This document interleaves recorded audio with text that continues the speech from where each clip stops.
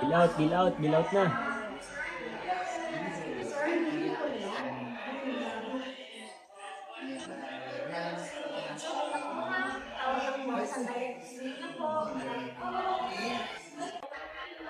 Kaya meron dito.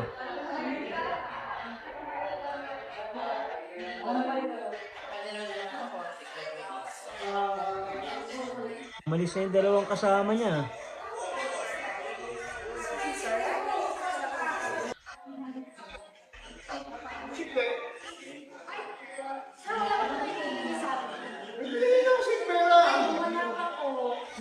Bigay daw ng pera.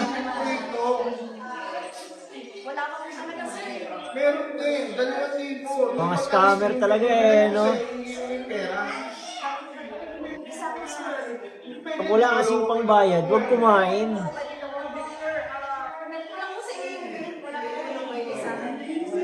Meron nga. Bilagay ko pala sa kasama ko, tumutok ang pera nito. Ay sos, tatay. Ulyanin na si tatay. Tumutok ng pera dito. Binigay mo rito. Wala na, umalis na yung mga kasama niya eh. Paano na yun? Umalis na sa labas. Umalis na.